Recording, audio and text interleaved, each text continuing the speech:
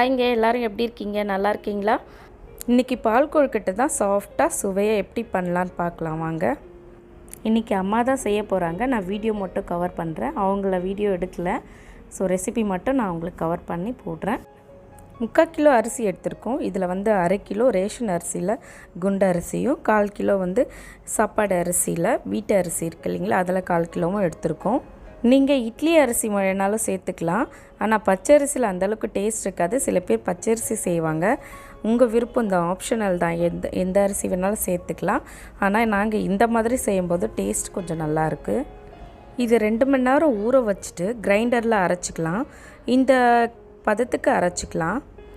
ரொம்ப தண்ணி போடாமல் தண்ணி தெளித்து இந்த பதத்துக்கு அரைச்சிக்கோங்க. ரொம்பவும் மழைன்னு இல்லாமல் ரொம்பவும் அரிசியாக இல்லாமல் இந்த பதத்துக்கு எடுத்துக்கோங்க. குட்டி குட்டியாக இந்த கொழுக்கட்டை இந்த மாதிரி பிடிச்சி எடுத்துக்கோங்க.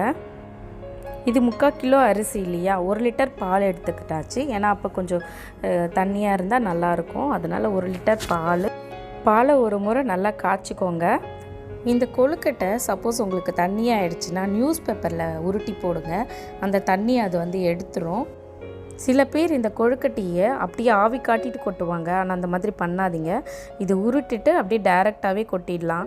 இப்போ நீங்கள் ஆவி காட்டினீங்கன்னா அது அப்படியே ஜவு மிட்டாய் மாதிரி இருக்கும். ரொம்ப சாஃப்டாக வராது. நம்ம அப்படியே கொட்டி நல்லா கிளறலாம். ஒரு 10 மினிட்ஸ் வேகணுங்க. 3/4 கிலோ அரிசிக்கு 3/4 கிலோ சர்க்கரை சேர்த்துக்கலாம். உங்களுக்கு இனிப்பு கூட தேவைப்பட்டால் எக்ஸ்ட்ரா சேர்த்துக்கலாம். நீங்கள் இதுக்கு ஒரு முழு தேங்காய் இந்த மாதிரி துருவி அதில் சேர்த்துக்கோங்க.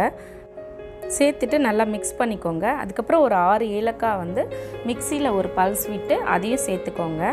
அவ்வளோதாங்க, சுவையான பால் கொழுக்கட்டை ரெடி.